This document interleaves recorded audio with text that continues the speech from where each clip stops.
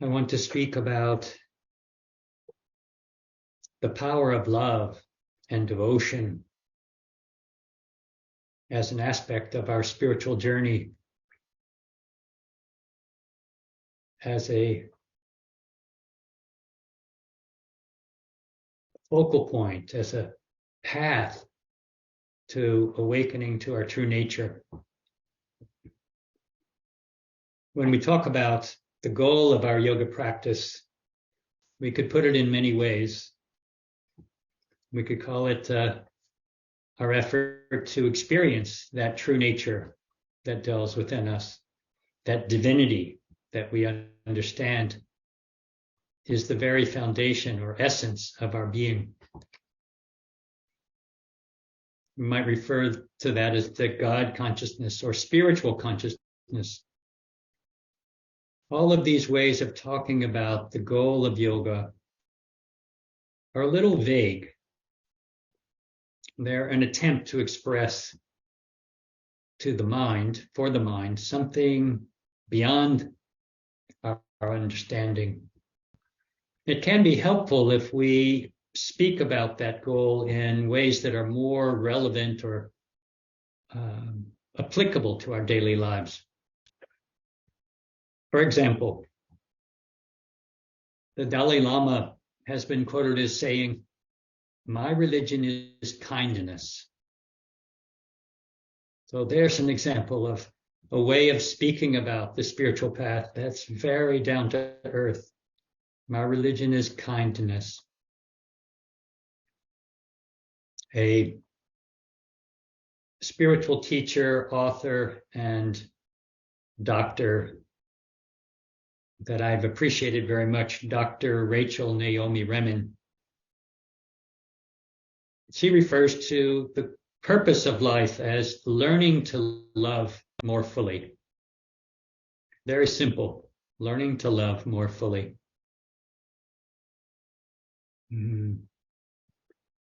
I was struck by a quote that I found from Albert Einstein, scientist,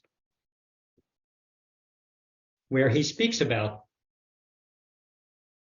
the delusion that we live under is one in which we see ourselves as separate from each other. And now I'll read a little from this quote from him.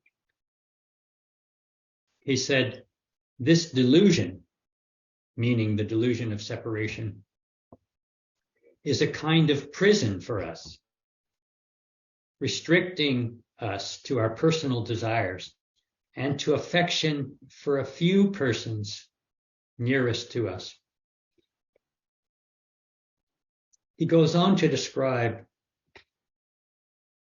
what you could say is a spiritual path or a way out of that prison. Our task must be to free ourselves from this prison by widening our circle of compassion, to embrace all living creatures and the whole of nature in its beauty. I love that description. To escape this prison, to be free, right? Spiritually free, means to widen our circle of compassion, to embrace all living creatures, not just the human beings. And of course, most of you would be familiar with, or many of you would be familiar with, the saintly being Jesus Christ, right, who gave one of the most basic spiritual teachings as love your neighbor as yourself. Right? Again, summing up the spiritual path in a way that's very real and relevant to us. Love your neighbor as yourself. So all of these different sources point to living our spiritual path in relationship with each other, with the world around us by opening our heart to each other and allowing this natural expression of love to flow through us.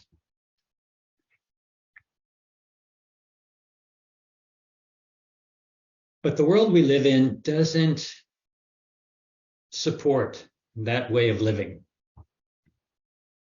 The prevailing messages of our culture tell us that happiness comes from acquiring things, achieving things, trying to arrange our lives, trying to work with the world around us in ways that can create happiness for us. Acquiring the right job, enough money, the right partner, right? So that we can have safety, security, the love of another person in order to be happy. And of course, there's nothing wrong with having all of those things. The problem comes when we think that our happiness is dependent upon those things.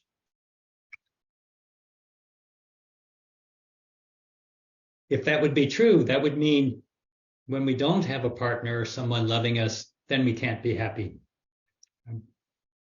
When we don't have a special job or a certain amount of money, then we can't be happy.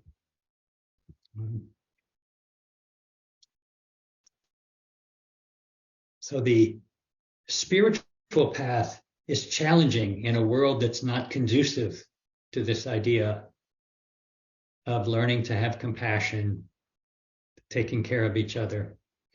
In fact, so much of what we do in our lives to get along in this world, to earn a living, require us to be in the head, right? Measuring, judging, planning, right? How many passwords and usernames do you have to have just to manage your life these days, right? I can't see your faces up close, but does that resonate with you all? I have a whole Excel spreadsheet full of usernames and passwords so that I can log into various sites and do anything from purchasing to banking to listening to webinars. Right? And since the pandemic, there's even more so. Now we have Zoom and we have online registration systems. And of course, there's nothing wrong with all that technology. But my point is that so much of the way we live in our world requires us to be stuck in the head, managing, right? Logically thinking about how to take care of things. And so much focus on acquiring, planning, accomplishing tasks, right, makes us insensitive, right, to the subtler messages within us, can detour us from being in touch with the heart.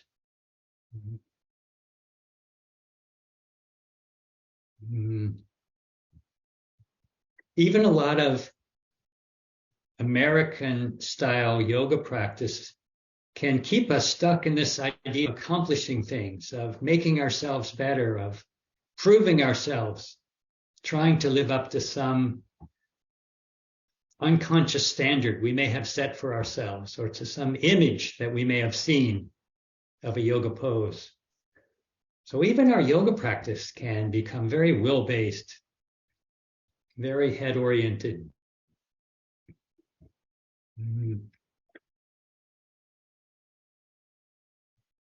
Swami Ramananda has probably heard me give this little anecdote before that was an exchange Swami Satchidananda had, my teacher had, with a group of doctors and nurses at a hospital.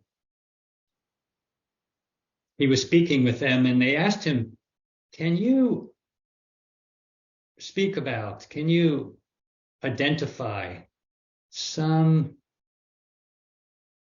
root cause of disease, of ill health? And he went to a whiteboard or a blackboard, I'm not sure which, in that room. And he wrote on the board the word illness. And then he wrote the word wellness.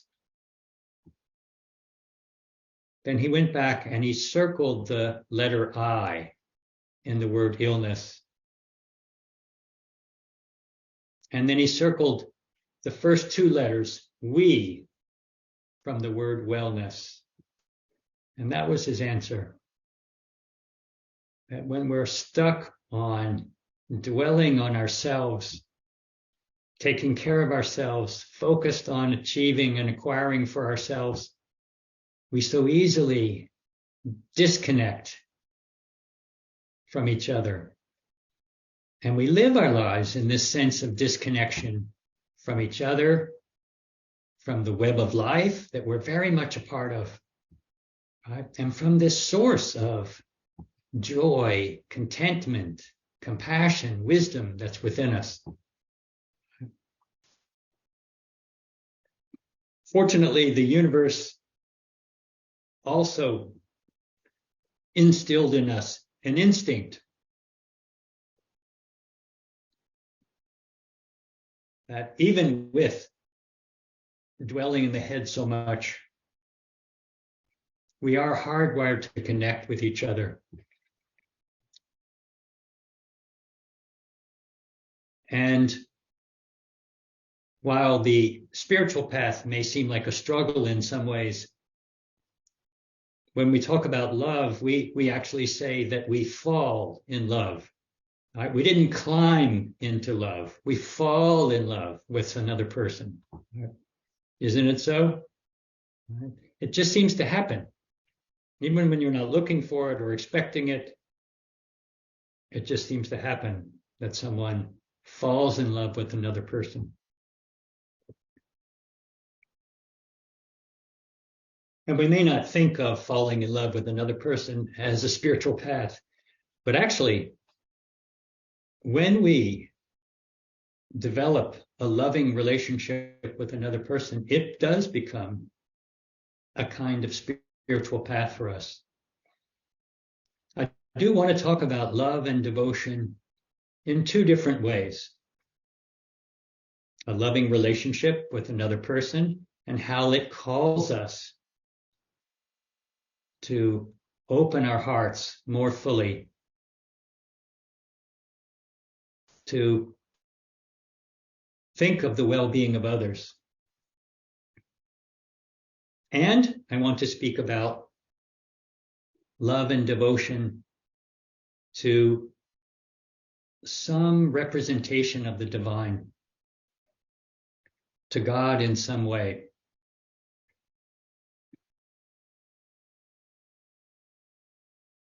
Swami Ramananda mentioned that I might speak about the Bhagavad Gita, and I'll read a few of the slokas or verses from the Bhagavad Gita, especially chapter 12, that relate to this topic. Chapter 12 is called the Yoga of Devotion. And in chapter 12, it begins with Arjuna. Let me first ask, Dharmananda ji, do you think those there would be familiar with the Bhagavad Gita generally? We're about half and half, I think, Swamiji. Okay. Well, I can very easily just say that the Bhagavad Gita is one of the primary scriptures from the Hindu tradition that describes the teachings of yoga. Some of you will be familiar with the Yoga Sutras of Patanjali. The Bhagavad Gita is another scripture written before the era of Christ that gives these teachings in very concrete form and describes the various paths of yoga to experience the truth, to realize our true nature, to be free. And there are 18 chapters in the Bhagavad Gita, which is written as a dialogue between a student, Arjuna, and teacher, Krishna. In a way, Arjuna represents each of us on the spiritual path, the challenges we face, and the wisdom that we seek. And Krishna represents the voice of the divine, the voice of God. In a way, the guru that leads us from darkness to light.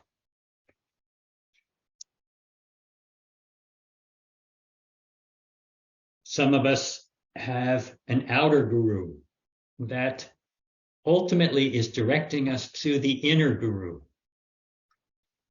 to the voice of our conscience, to our own spiritual self that can speak to us, that can teach us if we're willing to tune in, if we're willing to let go of our personal desires and access and listen for the guidance of our inner self.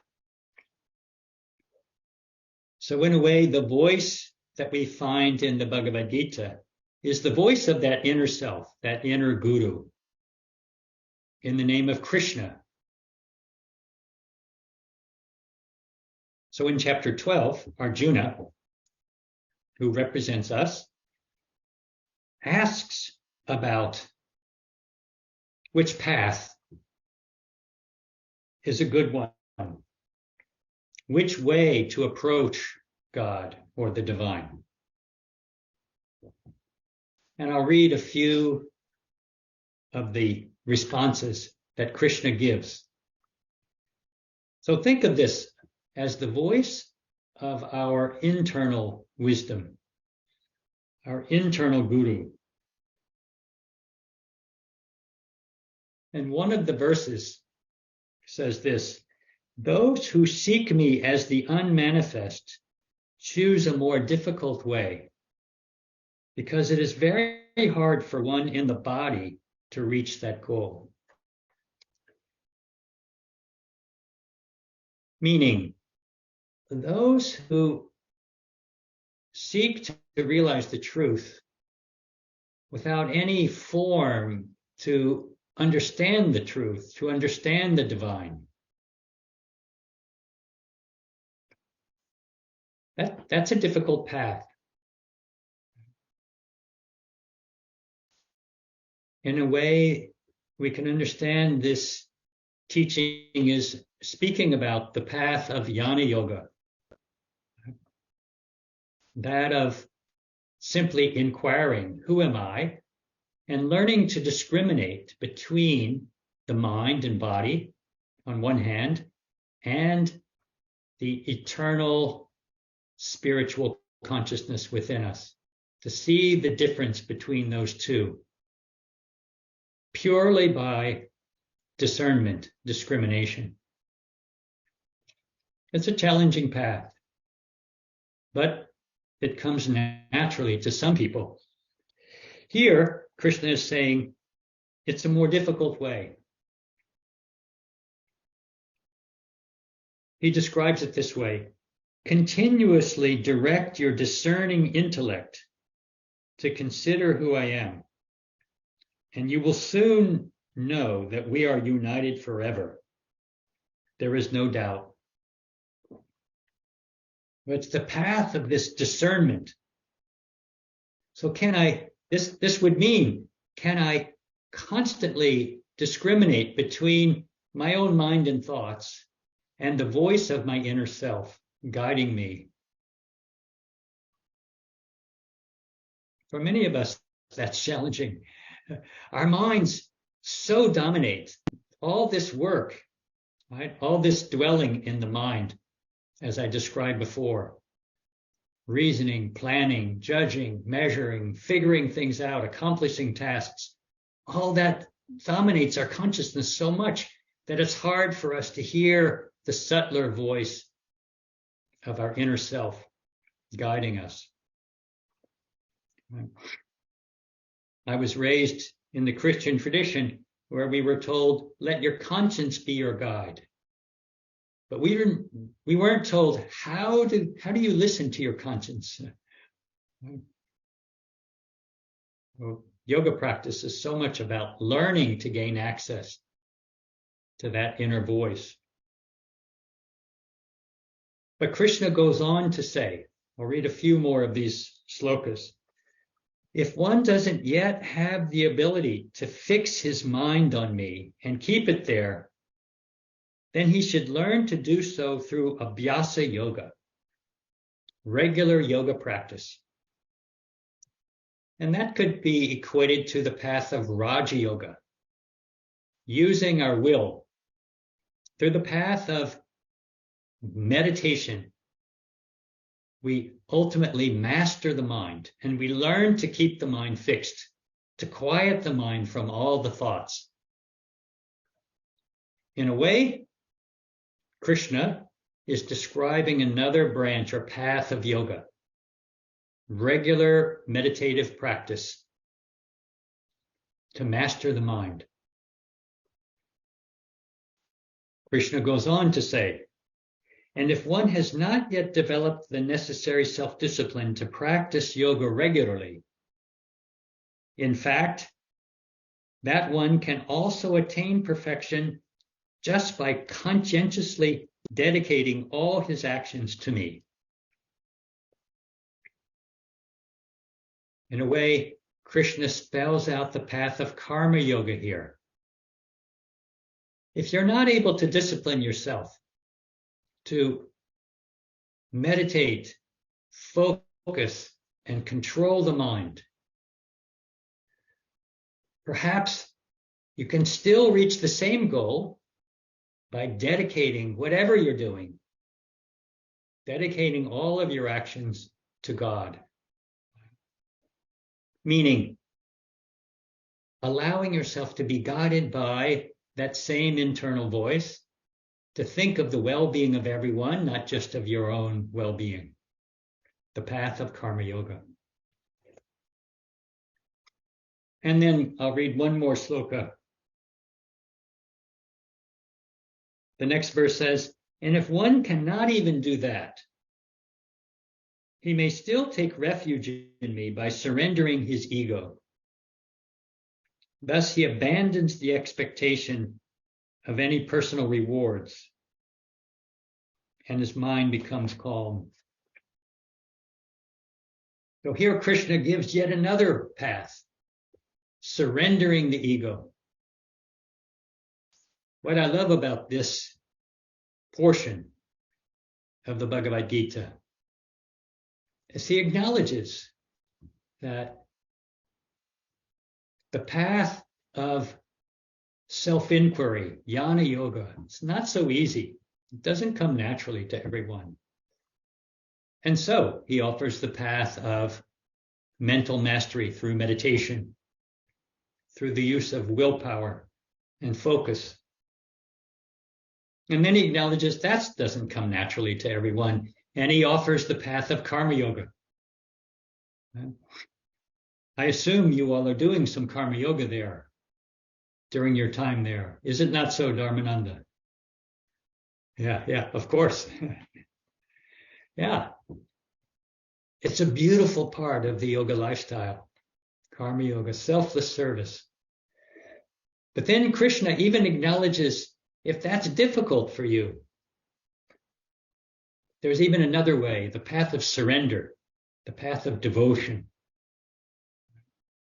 where we invite the divine to guide us, where we acknowledge the limitations of our own ability, right? And we call out of love and devotion, we call out to God. we find some form that inspires us to remember the presence of the divine, to make it accessible to our limited minds. We can't really comprehend this eternal spiritual consciousness, right?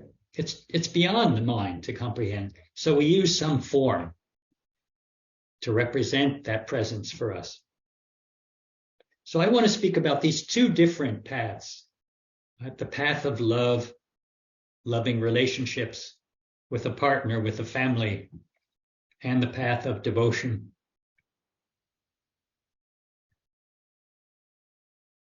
In either case, we begin to dwell more in the heart, and that alone has tremendous benefits.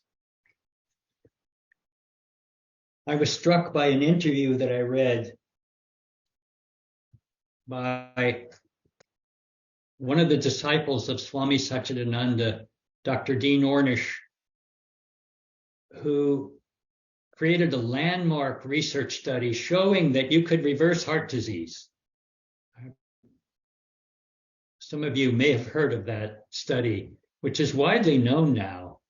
And he contributed to the origins of what is now called lifestyle medicine, where people heal themselves through their lifestyle. And in this interview, he said some things very striking.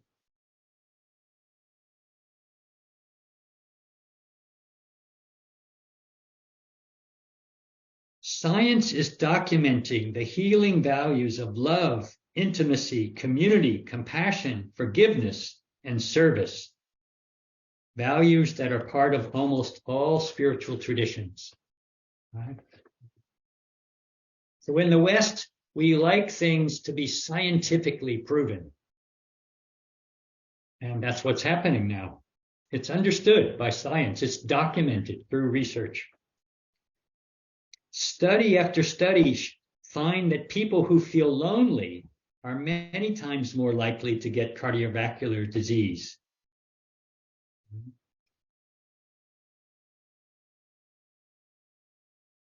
He goes on to say, love and intimacy are at the root of what makes us sick and what makes us well.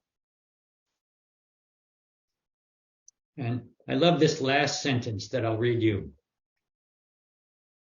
If a new medication had the same impact, meaning the impact of love, failure to prescribe it would be malpractice.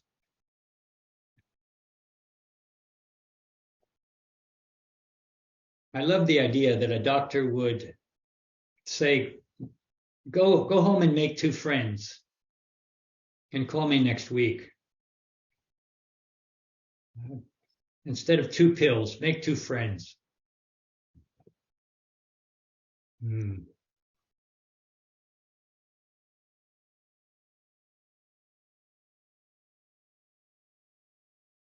beauty of a loving relationship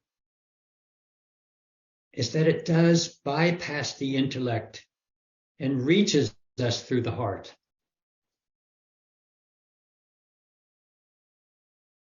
It bypasses our tendency towards selfishness, toward attachment,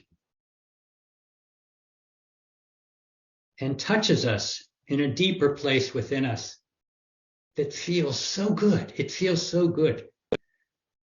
You could say that the most basic human need we have after survival is love and connection.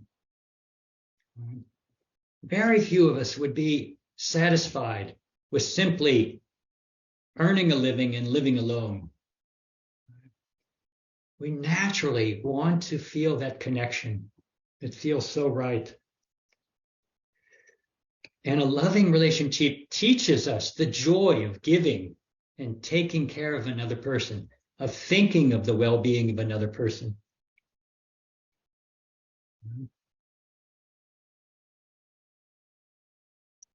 See if this resonates with you. that you may have at some point in your life acquired something precious to you, something that you really love, something that has a meaning or a lot of value. But then when you love someone else, instead of getting joy from getting that thing, you find joy in giving it to them. Right? I can only see a few of you, but let me see a show of hands. Does that resonate with you? That you find, yes, okay, I'm seeing some hands raised. I need a little connection with you all. So I'm going to ask you now and then. Right? Yes, when you love someone, you give them the things that are valued, that have meaning and value to you. Right?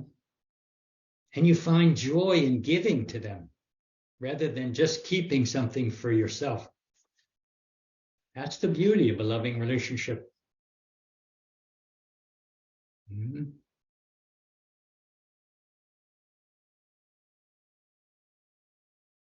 And of course, a loving relationship often leads to children and a family, right? Which widen our circle of compassion, as Albert Einstein calls us to do. Right? That means more people to love, more people to take care of. And gradually, we learn to open our hearts wider. Even with one partner and no children, when we commit ourselves to one person, we find out over time that that one person is more like a boarding house with different people. A different person comes out when they're stressed. The one person that we love also exhibits different personalities when they're stressed, when they're working, when they're on vacation, when they're in a bad mood.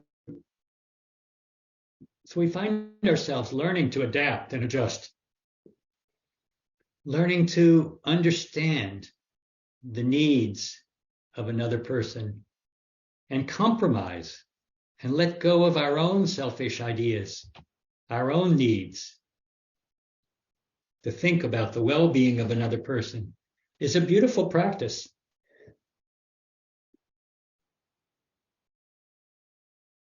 Let me see another show of hands. Anyone there have children? Okay, a few people. Yeah. Having children is a spiritual path by itself, I think, because these beings come into your life totally helpless. It's completely up to you to take care of them. And you sacrifice so much of your own time and energy towards taking care of them, giving everything for them. Right? Your whole life becomes centered on taking care of them.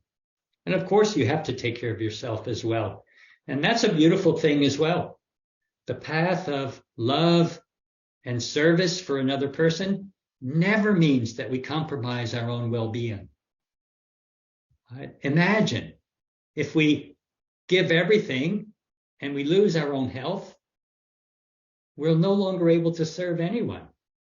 Instead, people will have to take care of us. We'll become a burden if we're sick. Right?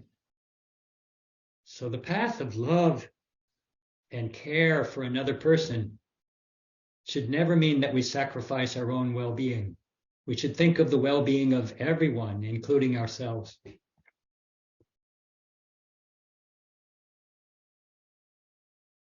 But when there's children, initially, we may have to take care of their every need, but gradually over time, we have to let go of them. We learn vairagya, non-attachment, because we can no longer control their every move. We can't follow our children to the playground and protect them from the other children. My brother was just telling me yesterday how his own son in high school is going his own way now. And my brother can no longer dictate the choices that his son will make. So the path of love for a family calls for us to continuously let go of personal desires, to think of the well-being of others, to understand their needs.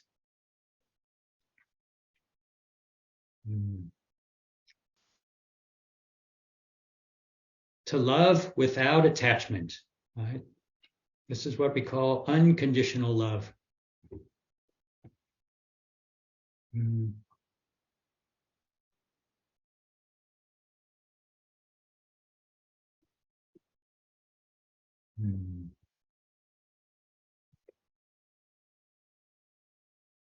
Of course,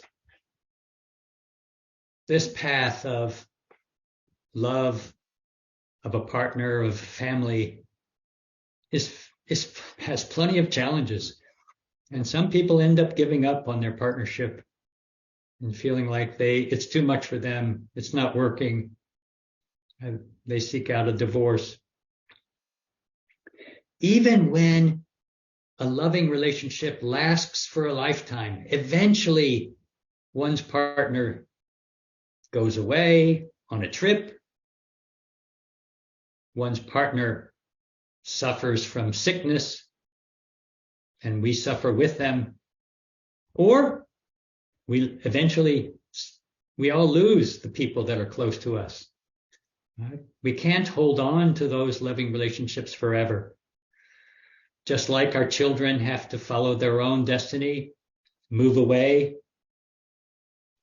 I'm not talking from personal experience. I don't have children, but so many of my friends have children. My brothers and sisters have children, and I see how they have to learn how to let go. So that love takes on a different feeling when we have to both give our love and let go at the same time. And how challenging it is to watch someone that you love suffer, to want to relieve their suffering, but you really can't control that.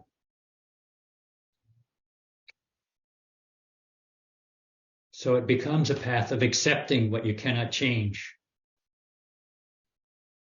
giving what you can,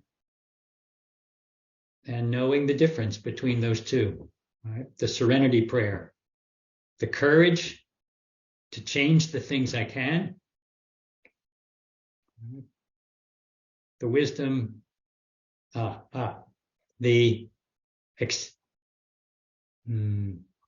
forget how the prayer goes, but it's the courage to change the things I can, right? The acceptance to accept the things I cannot change, right? And the wisdom to know the difference. For many people, this path of loving and giving to another person and to a family becomes so difficult that they have to look deeper within themselves to find even a more definitive source of connection, especially when there's the loss of loved one, when these loving relationships, human relationships, are so painful. I'll read a little bit from a passage from Khalil Gibran in his book, The Prophet, where he speaks about love. And he writes, "Even as love crowns you, so shall he crucify you. Even as he is for growth, so is he for your pruning. Even as he ascends to your heights and caresses your tenderest branches that quiver in the sun, so shall he descend to your roots and shake them in their clinging to the earth." Simply to say that love is not just a beautiful path that opens our hearts and caresses us, right? Caresses our tender branches. Love is also a path that shakes us down to the very foundation. And when life is really difficult, that's when we need to surrender. That's when we can turn towards another source of loving connection, the path of devotion to some aspect of the divine.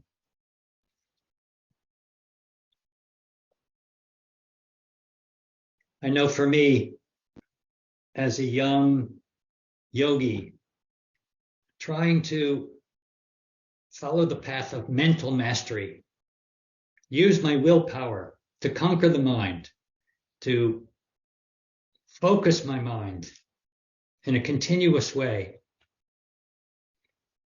All my efforts towards that path of yoga gradually brought me to my knees, I could say.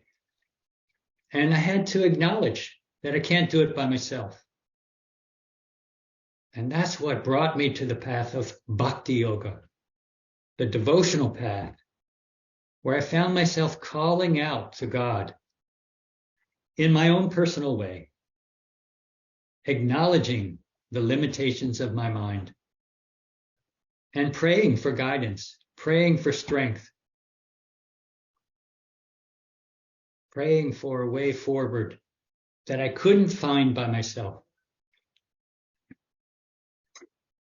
I'm going to ask again for a show of hands. Anybody else find that point in their lives where they just felt like you can't figure it out by yourself and you need support, you need guidance, you need grace? Anybody raise your hand? Okay. Oh, good. I'm not alone. Yeah. It's natural for us to navigate the human life with this limited mind and under the influence of our culture is very difficult. And there's a tremendous source of support for us when we recognize that and we surrender the idea that I can do it by myself. We surrender and we call out. This is the path of bhakti yoga. This is what is described in the Bhagavad Gita. Surrender the ego. Recognize you can't do it by yourself and open yourself for guidance. In a way, when you pray for guidance, you're going to the same place as when you try to meditate and still the mind. Right? Imagine when you meditate, you focus the mind in some way with some technique, repeating a mantra. You attempt to let go of all the thoughts. And in this way, make the mind quiet and begin to feel this presence of peace, of natural sense of contentment that's already there within you. A natural presence of wisdom and compassion that's already there through this path of meditation. But what I see is when you're really praying, when you're really ready to let go of your own ideas and ask for guidance, you go to that same place. When I pray with devotion, in my own way, calling out to God, acknowledging that I don't know the way, that I need your grace and guidance.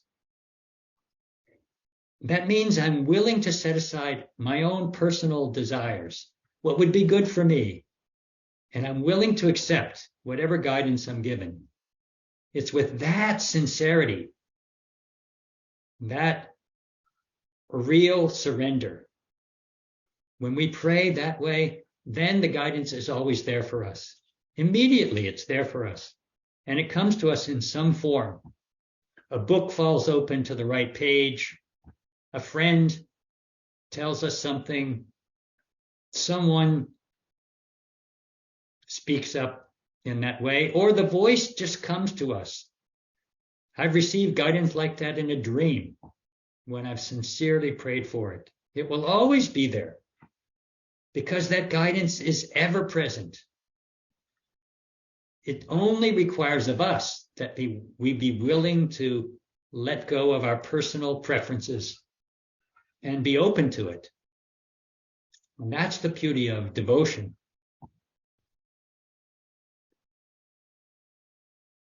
It doesn't come naturally to some people because, as I suggested, our culture so much influences us to be stuck in the head, to reason. Right? In our science-oriented culture, reason is given such a high value. Right?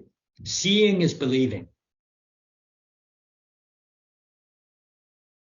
And all of these ideas about a divine presence or consciousness can be seen as something a little too fuzzy, a little too vague.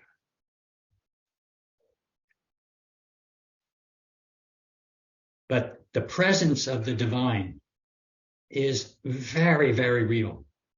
That's what we come to find on the spiritual path, through the path of Bhakti Yoga. And there are many ways to relate to that presence of God. There are many forms that inspire us to believe in this presence of a higher power.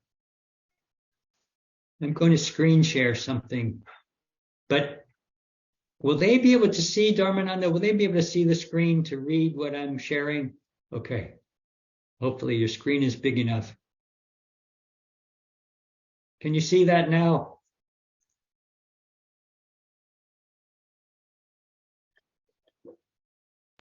Yes, we see it, Swamiji. Thank you. This was my own list of many, many ways that someone might be inspired to remember the presence. It could be a symbol in the first column. That's why we often have a light on the altar. The cross from the Christian tradition, the wheel of Dharma from the Buddhist tradition. It could be a saint that inspires someone by seeing that divine consciousness manifest the way that someone embodies those teachings, like the Buddha, Jesus, Mary, the Indian saint Amachi,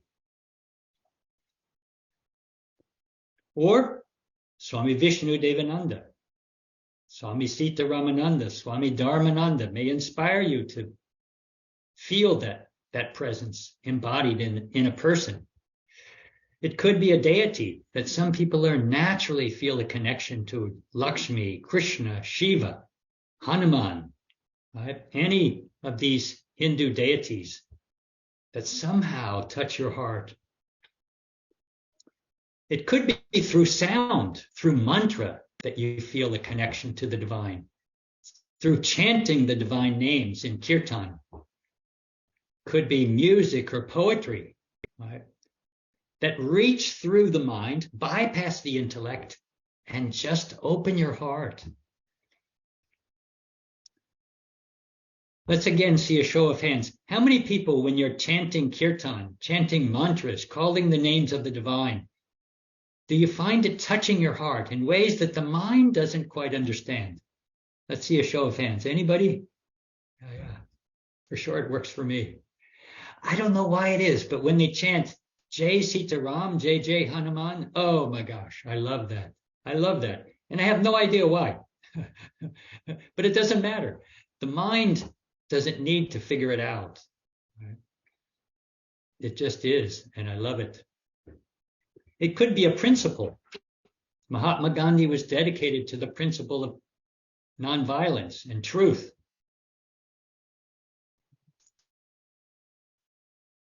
I quoted the Dalai Lama before as saying, kindness is my religion. And it could be something from nature, like the sunset, the full moon, the infinite stars in the sky at night. It could be something from nature that inspires us to feel a connection with the whole web of life, to believe in a creative intelligence behind the incredible manifest nature, natural world that we see. I'm going to ask again for a show of hands. How many of you found some symbol or some saint or deity that you relate to, that inspires you to feel that divine presence? Anyone find something in that chart? Show of hands. Okay, good. And when you find something like that, if you haven't yet found something, I encourage you to explore that possibility, that some symbol, some representation could inspire you to remember that divinity that is within you as well as anyone else.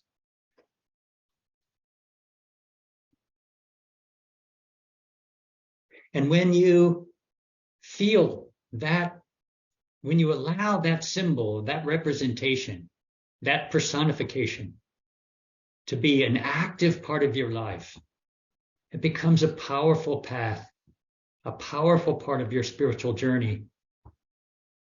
I can give some examples from my own family. The cousins that I grew up close to as a young person, maybe about 25 years ago, when my brothers and sisters and my cousins were having spouses and raising children, one of my cousins with a wife and 2 children, he just dropped dead at work one day, just like that. He had a rare heart defect, and he collapsed at work one day and was dead, leaving his wife and 2 kids.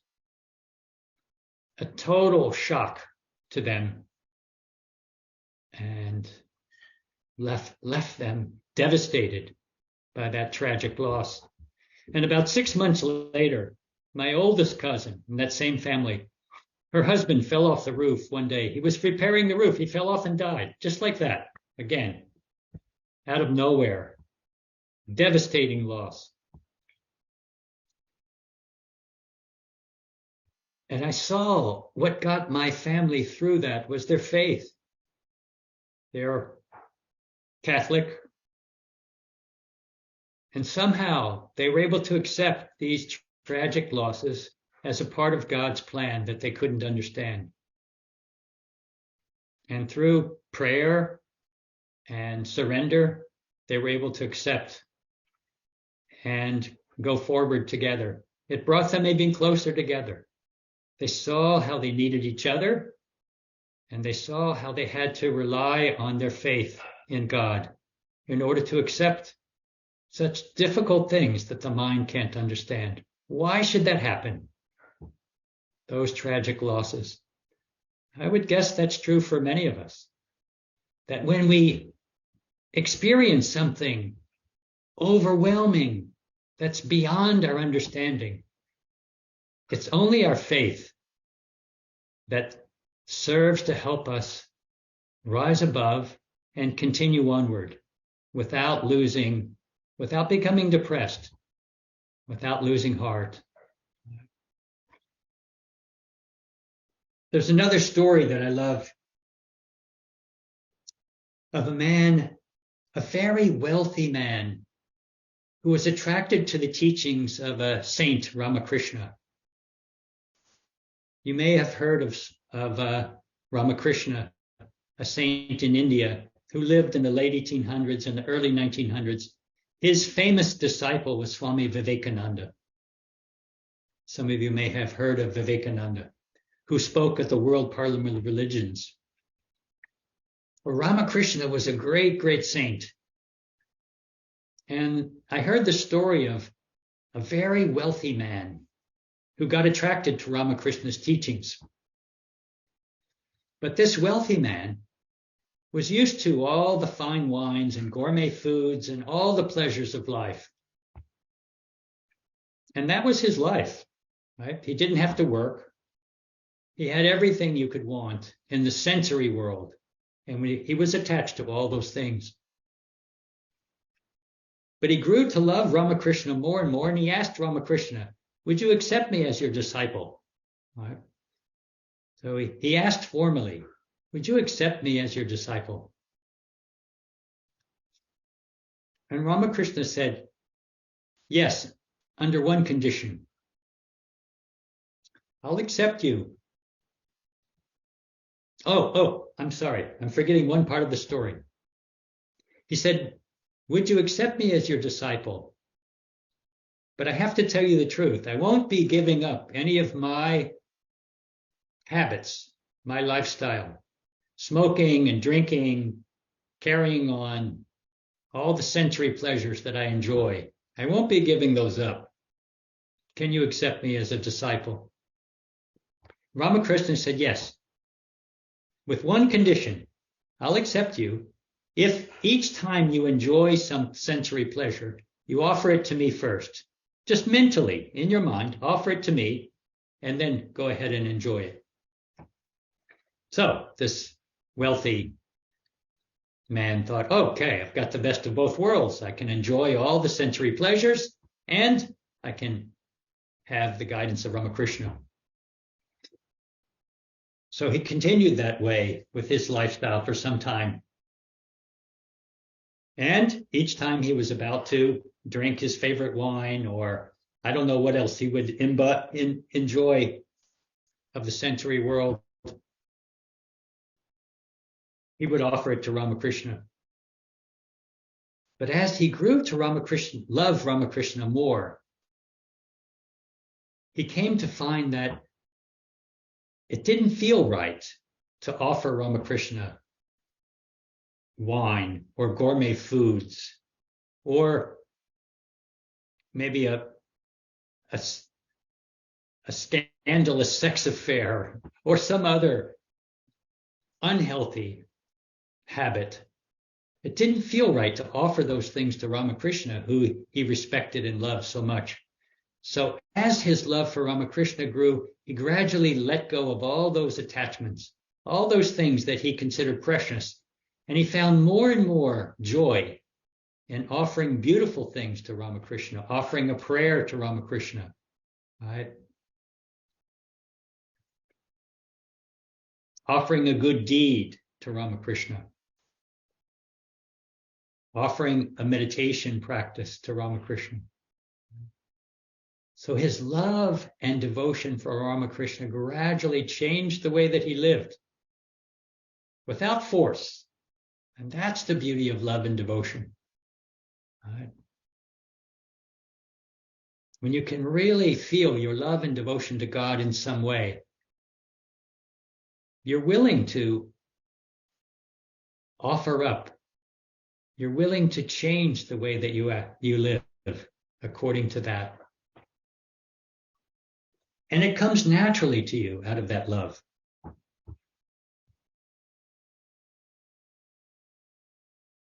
It becomes a spiritual path in itself. I want to describe how this path of love and devotion can be a relevant part of our daily lives. And I want you, as I read these different ways that you could practice the yoga of love and devotion, I want you to see which one resonates for you. Okay? I'm going to ask for a show of hands again in a little bit. But take note of which one really speaks to you. Here's one. Whatever you do, eating, sleeping, serving, offer it to God first. Just like the rich man in the story. Offer it to God.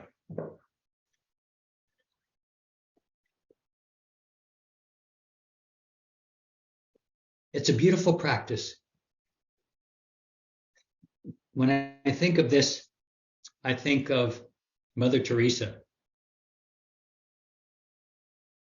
who, through her commitment to serve the most underserved people, the most needy people in the slums of India, of Calcutta. Through that one effort to serve them in the name of God, a whole international movement came to be, a whole branch of Catholic nuns came to be.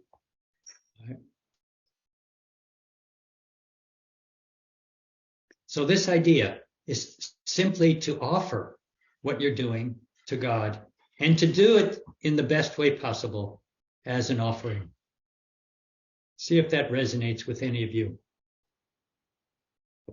A similar idea, to think of yourself as the hands and the voice of God in the world.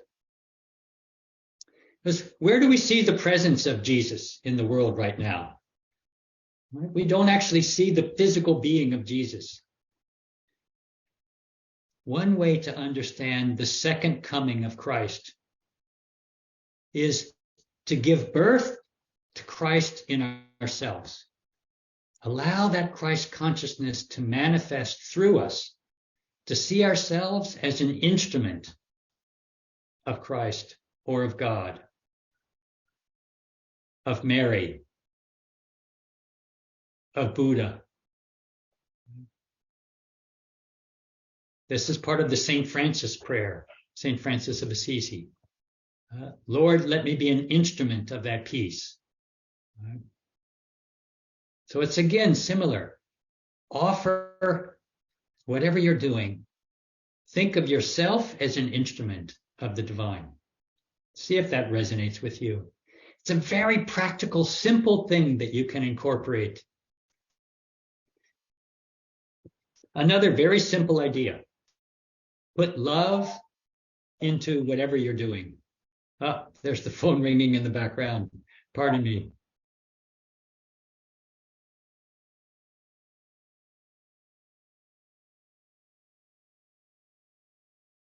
Yeah, there's no one answering it.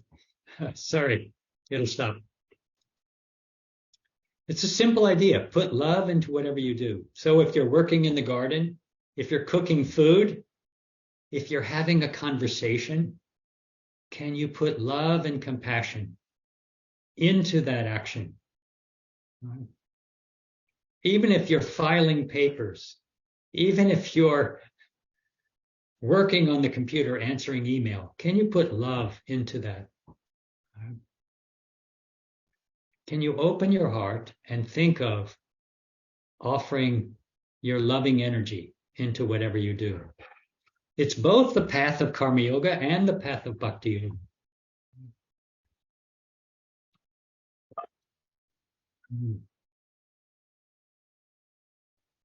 Another practice that I touched on already, that's a beautiful part of the path of Bhakti Yoga. Pray for guidance. When I was younger, I only prayed when I was desperate. Otherwise, I tried to do it all myself. Now I learned, no. Now I pray every day. Because why should I even try to do it only by myself? Every day I invite that guidance in my own way, in my own words. I bow my head. Bowing my head at the altar is symbolic of recognizing the limitations of my mind, humbling my mind, and opening my heart to receive from the feet of the divine. That's the symbolism of bowing. So I bow my head when I pray, and I ask the Divine Mother, in my own way, in my own understanding, as each of us should in their own way, I ask for the guidance. Please guide me. Even if I'm going in the wrong direction, somehow stop me. Turn me around. So that's another practice of Bhakti Yoga, praying for guidance.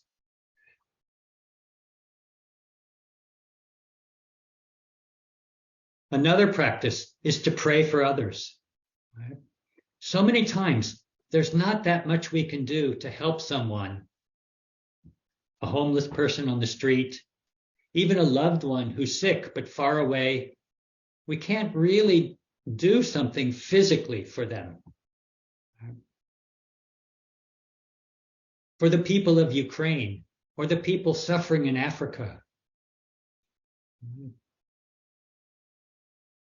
we can't really physically go and tend to all those in need. But we can pray. We can send healing energies through our prayers, through our mantras, Trayambakam mantra, Loka Samasta mantra. There are so many mantras that can act as a vehicle for our prayers. Through these mantras, we're connected with each other, and we can send our healing energies to those who are suffering. It's much more powerful than our limited minds can understand. It's another form of bhakti yoga that we can all practice. And my teacher encouraged us to practice every day, at the end of every meditation session, to send prayerful energies, peaceful energy outward to all those in need. That's another form of practice.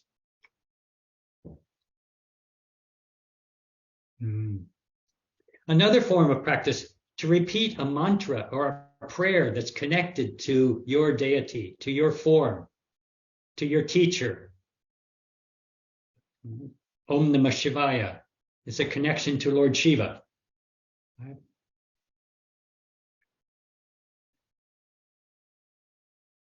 Om Hrim Namah is a way of invoking, connecting to the divine feminine. Om Hrim Namah. Ram, Ram, Ram is a simple mantra connected to Rama. So a mantra is a beautiful way, or a prayer, like the Jesus prayer, is a beautiful way to keep a continuous sense of connection to the divine. It's another way, another practice of devotion.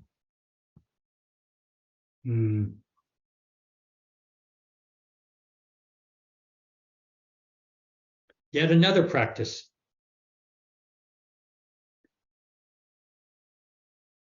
To forgive. Swami Sivananda, the master of Swami Vishnu and Swami Satchidananda, beautifully taught to bear insult, bear injury as the highest sadhana, right? He would put it in a song. Have you all heard that song? Raise your hand. Have you heard that song? Bear insult, bear injury, highest sadhana. Yeah. Yeah, what a great practice. The practice of forgiveness means that we let go of holding ill will in our hearts. We open our hearts and understand that someone who's harmed us is probably suffering in some way. And they've probably inflicted harm on us out of their own suffering, their own ignorance, or their own misunderstanding. Forgiveness does not mean that we condone the behavior. Right? The behavior may be inappropriate. We don't have to accept the behavior, but we don't have to hate the person. We don't benefit from holding ill will in our hearts. We forgive. We open our hearts to them. We wish for them to suffer less. We wish for them to learn the lessons so that they won't harm anyone. So they won't create more karma for themselves. It's a very, very high practice, the practice of forgiveness. And it's also a heart-centered practice.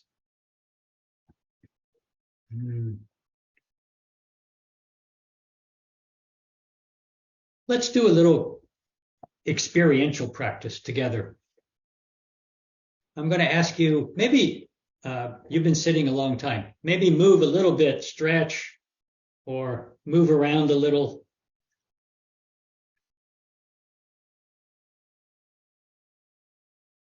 And then sit comfortably with your eyes closed. I want to do a little guided reflection, just for a few minutes.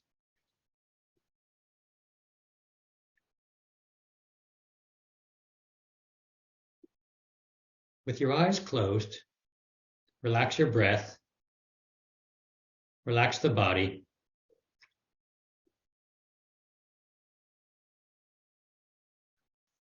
And I want you to call to mind someone that you love unconditionally.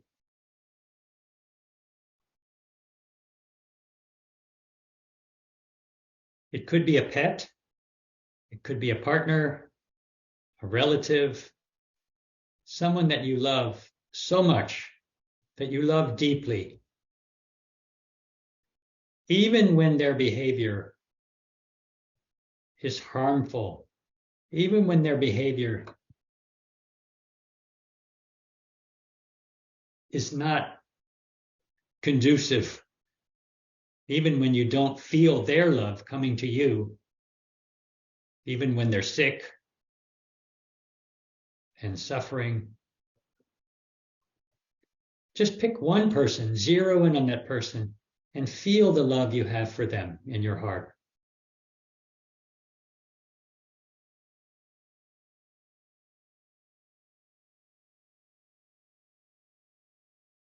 Feel that openness and that flow.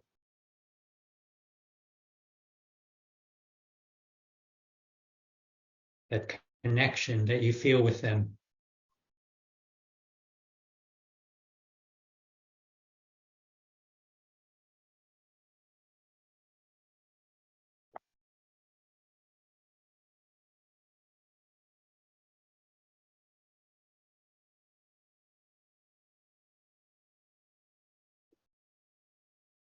Keep zeroing in on the feeling.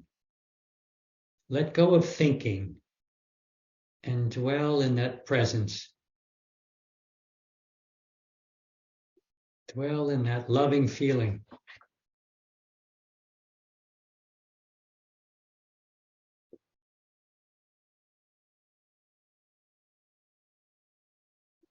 Then consider, this is the presence of God in you. This is an expression of your divinity. This is the birth of Christ in you.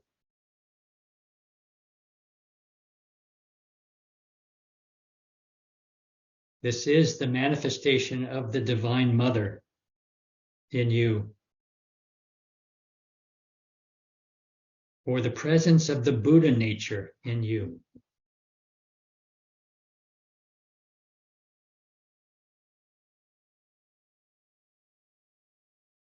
Each time that you allow yourself to dwell in this loving presence, and you widen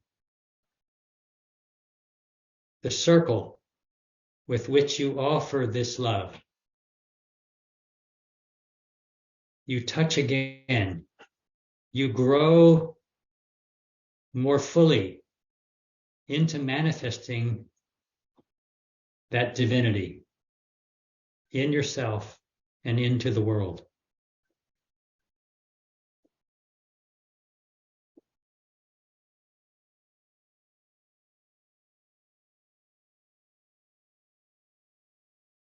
And you also offer some of that love to yourself. Can you forgive your own mind for the mistakes that you've made? Can you forgive yourself for your shortcomings and weaknesses? And offer that loving kindness, that compassion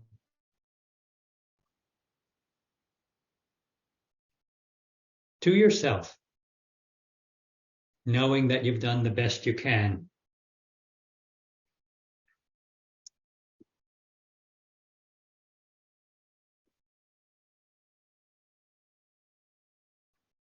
And take a deep breath or two.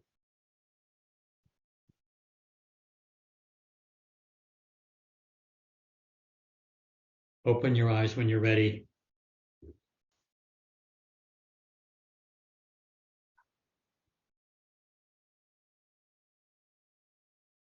But know that you can turn to cultivate that feeling of love at any moment.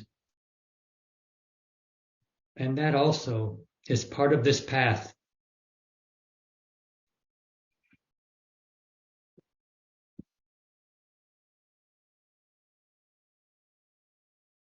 There's a whole Buddhist tradition of metta meditation, where you send loving thoughts, compassion, prayers for well-being to different people, people you love, people that you don't know well, and even the people that you struggle with. It's called metta meditation, loving kindness meditation. Many of you would have heard of that, I think. It also could be a part of this path. Of all of these practices of this devotional path, did anyone find any that resonate with you? I want to see a show of hands again. Did you find any of these resonate with you? Okay, good. Hopefully everybody found something. Yeah. Yet another one. Some of you already probably do this. Have an altar with representations of those things that remind you of the presence of God. It could be a picture from nature, an object from nature, picture of a saint, statue of a deity, right? If I remember correctly, I think I know the room that you're in. It has many pictures, murtis, deities. Does it not, Ramananda? Yeah. So each person should create for themselves an altar that represents the divine to them, inspires you to remember that. It becomes a source of comfort, of strength, of guidance. When you bow to it, you acknowledge that presence. And that's where you perform your spiritual practice.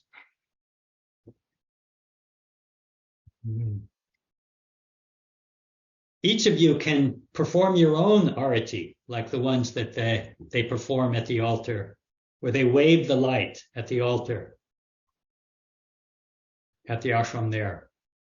You can do that for yourself with waving a little tea light or a votive candle or an implement with camphor in it.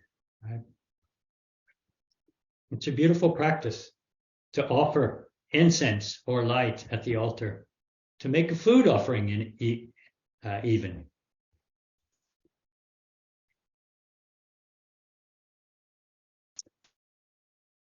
So I know we have a short time left,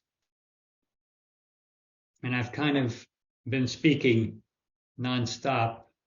I didn't really invite your questions or comments, but let me pause for a moment and see, Dharmanandaji, if there's any question anyone would like to ask, or if any comment someone would like to make.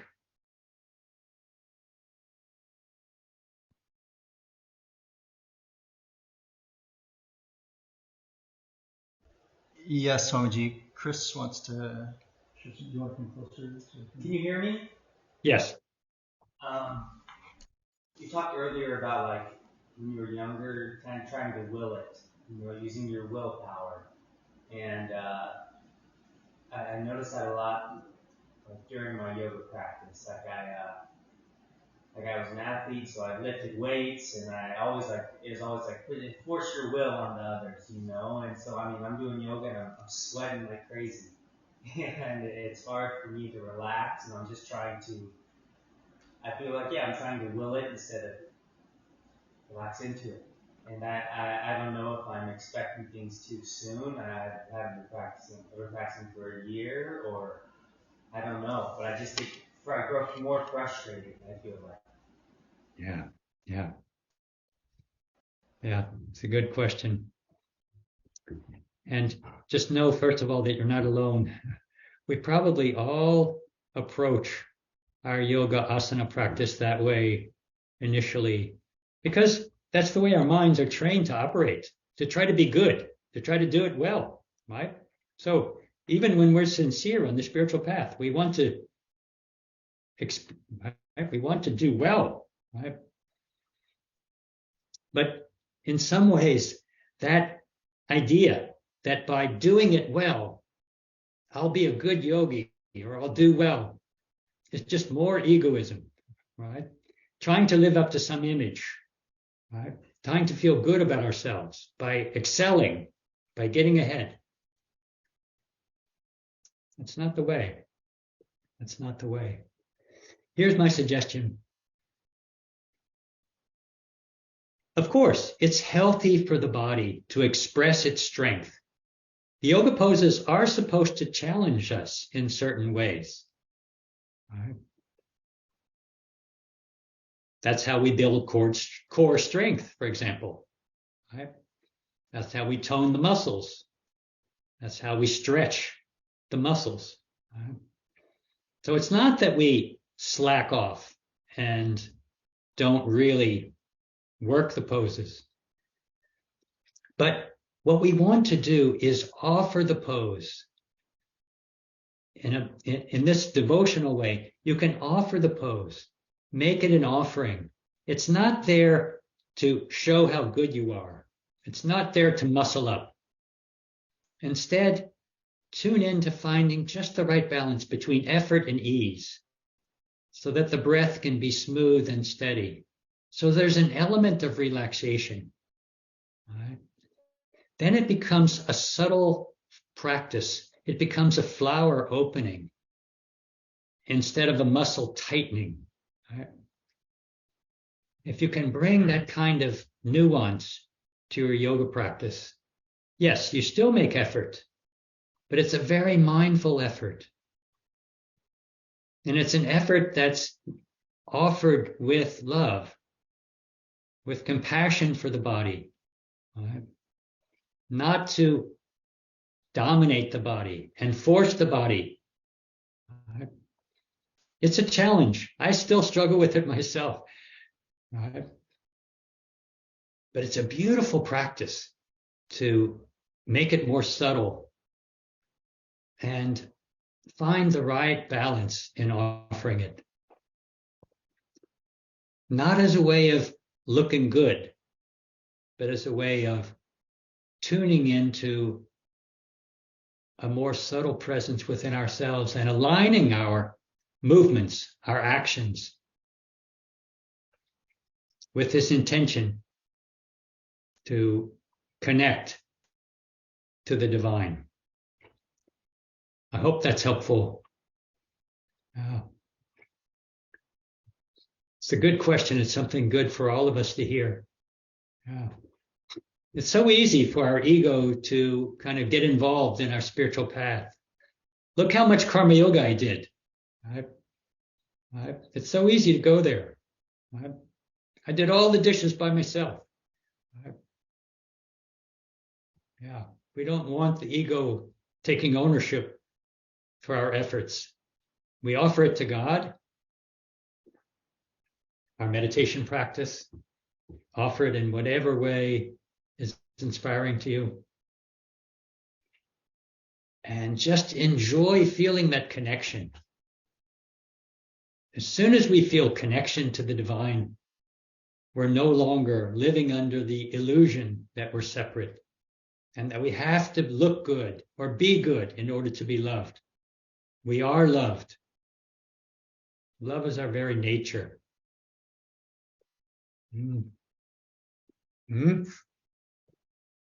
Any other question?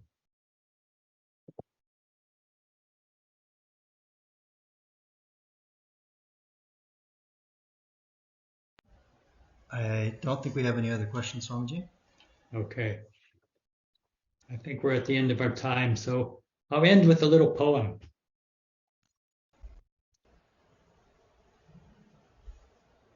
A very short poem from a Middle Eastern Sufi poet named Hafiz. Some of you would be familiar with. He wrote, "Even after all this time, the sun never says to the earth, 'You owe me.'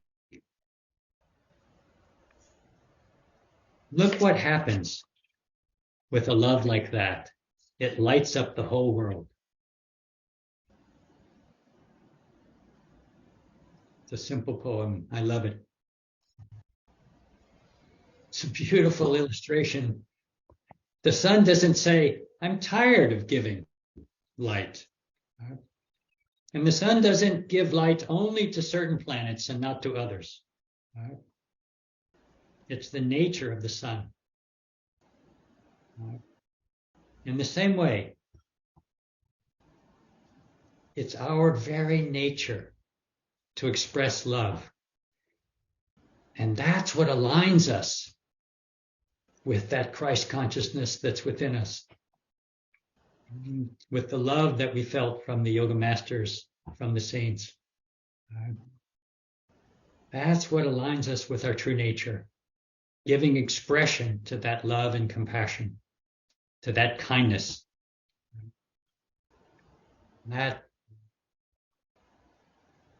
is a beautiful element of our spiritual path. And the last thing I'll say is Swami Vishnu and my teacher, Swami Satchidananda, they didn't teach us to follow only one path, Raja Yoga, Bhakti Yoga, Jnana Yoga. They suggested we follow all the paths, right? We make use of all of them.